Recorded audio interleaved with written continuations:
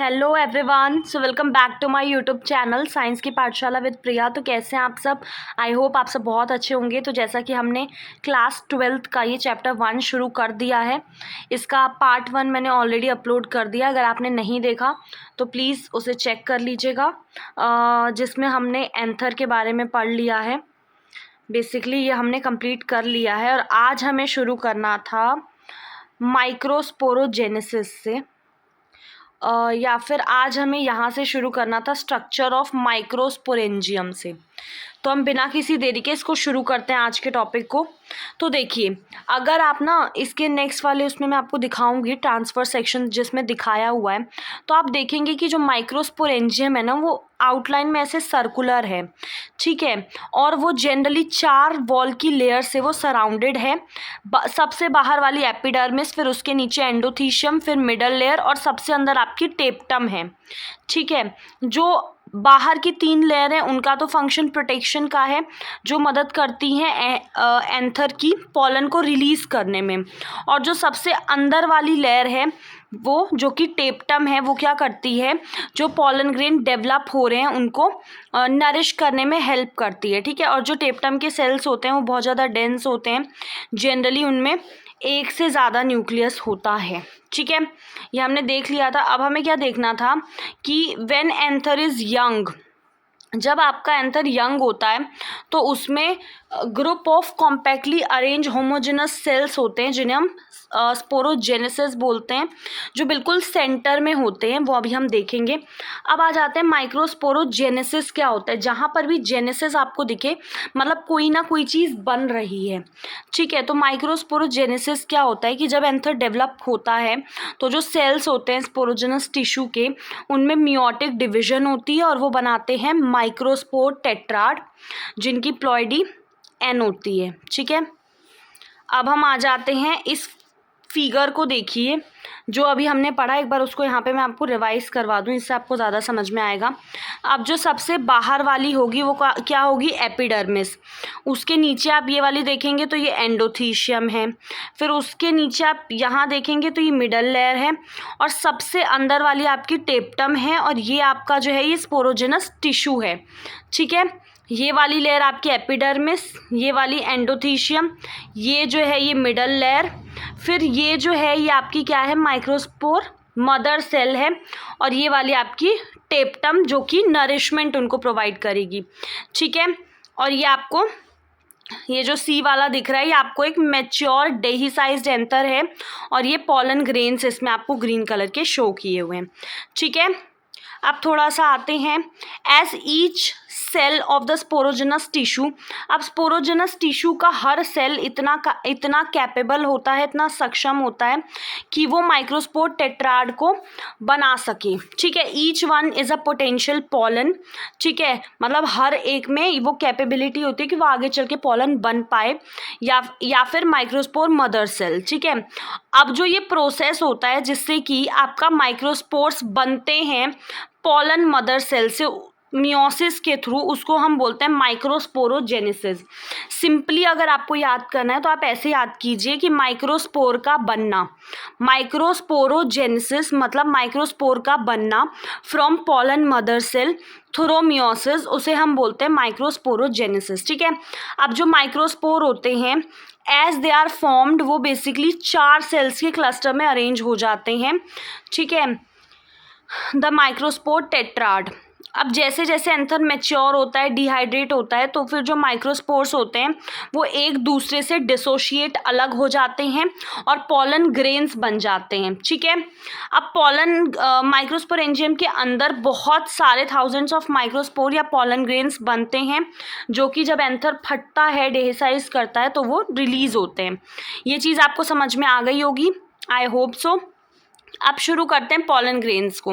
तो जो pollen grains होते हैं वो बेसिकली क्या रिप्रेजेंट करते हैं, मेल गैमेटोफाइट्स को, मतलब जो मेल है उसको रिप्रेजेंट कर रहे हैं, मेल के गैमेट्स हैं ये बेसिकली, तो मेल गैमेटोफाइट को रिप्रेजेंट कर रहे हैं। अगर आप टच करेंगे ना, जैसे एंथर, ओपन एंथर जो हिबिस्कस होता है, गुड़हल का जो होता है, उसको अगर आप टच करेंगे या कोई भी फ्लावर को, तो आपको फिर दिखेगा येलोइश पाउडरी सा आपके फिंगर्स पे लग जाएगा।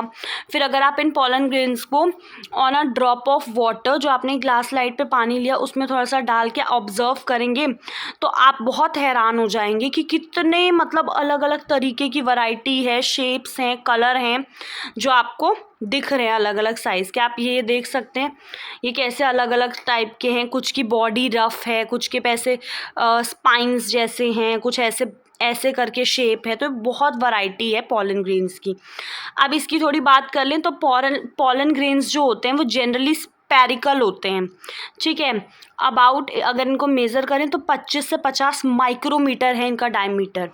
इनकी 2 लेयर होती है, ठीक है। बाहर वाली जो है वो एक्साइन कहते हैं उसको, और अंदर वाली को हम लोग इंटाइन कहते हैं, ठीक है। तो पॉलन ग्रेन की जैसे 2 लेयर, बाहर वाली एक्साइन, अंदर वाली आपकी इंटाइन, ठीक है। एक्सटर्नल और इंटरनल करके आप याद कर लीजिए कि जो पॉलन ग्रेन है उसके बाहर वाली जो लेयर है वो हार्ड होती है, क्योंकि मोस्टली बाहर वाली लेयर का क्या फंक्शन होगा, प्रोटेक्शन और यही सब फंक्शन होता है। तो बाहर वाली जो हार्ड लेयर होती है उसे एक्साइन बोलते हैं पॉलन ग्रेन में, और वो किसकी बनी हुई होती है, स्पोरोपोलिनिन की बनी हुई होती है, जो कि अब तक का one of the most resistant organic material, मतलब अब तक हम जितने भी ऑर्गेनिक मटेरियल को जानते हैं उसमें सबसे ज़्यादा रेजिस्टेंट। मतलब ये क्या करता है, ये हेल्प करता है स्पोरोपोलिनिन उस पॉलन ग्रेन को हाई टेम्परेचर, स्ट्रॉन्ग एसिड के असर से बचाता है, ठीक है। कोई भी एंजाइम अब तक ऐसा नहीं है जो इस स्पोरोपोलिनिन को डिग्रेड कर पाया हो या ख़राब कर पाया हो। तो पॉलन ग्रेन जो होते हैं उनके में एक प्रोमिनेंट अपर्चर होता है, ठीक है, जिसे जर्म पोर बोलते हैं, जहाँ पे स्पोरोपोलिनिन नहीं होता। तो ये बहुत इंपॉर्टेंट लाइन है कि स्पोरोपोलिनिन कहाँ पे एब्सेंट होता है, तो जर्म पोर पे, ठीक है। अब जो पॉलन ग्रेन्स हैं आर वेल प्रिजर्व्ड, हम इन्हें फॉसिल की तरह भी प्रिजर्व कर सकते हैं क्योंकि इनमें स्पोरोपोलिनिन प्रेजेंट होता है, ठीक है। अब जो एक्साइन है वो क्या एग्जिबिट करते हैं, fascinating array of pattern and design. अब इसमें जैसे क्वेश्चन पूछा हुआ है, बहुत इजी क्वेश्चन है। अब इसमें देखो, why do you think the exine should be hard, क्यों होनी चाहिए एक्साइन को हार्ड, क्या फंक्शन होता है जर्म पोर का। देखो एक्साइन हार्ड क्यों होनी चाहिए, ताकि वो प्रोटेक्ट कर सके उसको, पॉलन ग्रेन को, है ना। कभी भी बाहर की लेयर का फंक्शन मोस्टली प्रोटेक्शन ही होता है ना। और what is the function of germ pore, अगर देखें तो जर्म पोर से क्या निकलती है, पॉलन ट्यूब निकलती है, ठीक है। अब जो अंदर वाली वॉल होगी पॉलन ग्रेन की उसको हम क्या बोलेंगे, इंटाइन। ये पतली सी होती है और ये कंटिन्यूअस लेयर होती है जो कि सेलुलोज और पैक्टिन की बनी हुई होती है, तो ये इंपॉर्टेंट है। उसके बाद जो साइटोप्लाज्म होता है पॉलन ग्रेन का, वो किससे सराउंड होता है, प्लाज्मा मेम्ब्रेन से। अब जो पॉलन ग्रेन है जब वो मैच्योर होते हैं तो उसमें 2 सेल होते हैं, एक होता है वेजिटेटिव, एक होता है जेनरेटिव। हम इसमें देखते हैं, इस फोटो में देखिए, ये आपके पास बेसिकली वैक्यूल है, ये न्यूक्लियस है। आगे चल के फिर ये डिवाइड हुआ जब 2 सेल स्टेज बनी, एक में आपका वेजिटेटिव है और एक आपका जेनरेटिव है। अब जो वेजिटेटिव सेल है वो बिगर है, दिख रहा होगा, उसमें बहुत ज़्यादा फूड रिजर्व होता है और उसमें एक बड़ा सा अजीब से शेप का इरेगुलरली शेप न्यूक्लियस होता है।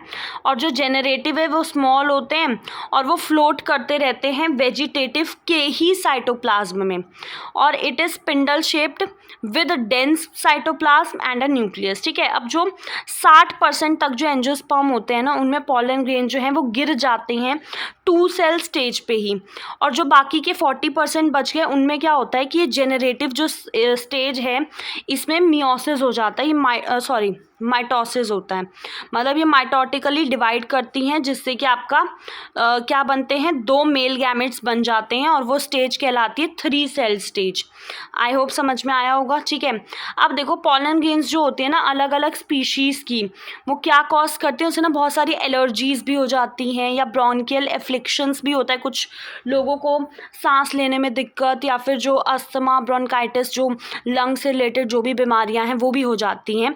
तो ऐसा मेंशन किया गया है कि जो ये, इसका नाम याद रखिएगा कि जो पार्थीनियम है या फिर जैसे कैरेट ग्रास भी बोलते हैं, वो इंडिया आई थी एज अ कंटेमिनेंट। मतलब होता है कि किसी चीज़ के साथ, मतलब उसे मंगाया नहीं गया था, वो किसी चीज़ के साथ आ गई जो नुकसान पहुंचाने वाली है।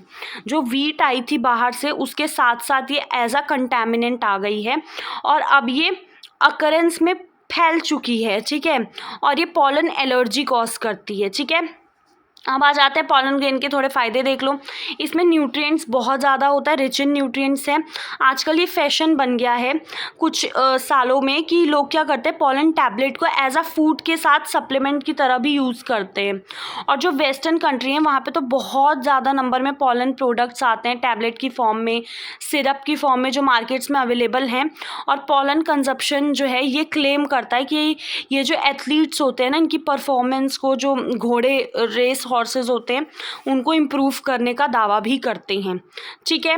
अब यहाँ तक कंप्लीट कर लेते हैं कि जब एक बार पॉलन गिर जाता है ना, तो पॉलन ग्रेन्स जो है उसे स्टिग्मा पर गिरना होता है, नहीं तो वो अपनी वाइबिलिटी को खो देगा, मतलब जो फर्टिलाइजेशन करने की उसकी क्षमता है उसको वो खो देगा। अब इसमें लिखा है कि कितने लंबे समय तक कोई पॉलन जो है वो अपनी वाइबिलिटी को रिटेन करके रख सकता है। तो ये क्या होता है, वाइबिलिटी क्या होता है कि उसकी क्षमता है कि कब तक वो फर्टिलाइजेशन कर पाएगा।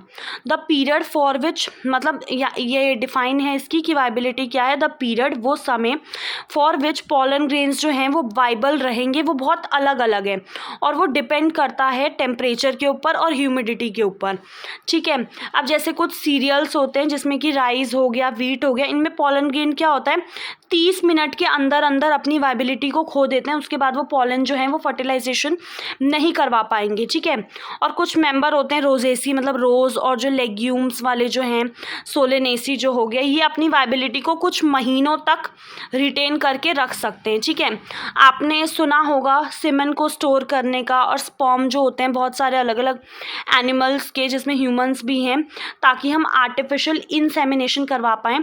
तो इंसेमिनेशन बेसिकली वो प्रोसेस होता है जिसमें कि ट्रांसफ़र करते हैं स्पर्म को इनटू फीमेल जेनिटल ट्रैक्ट, ठीक है।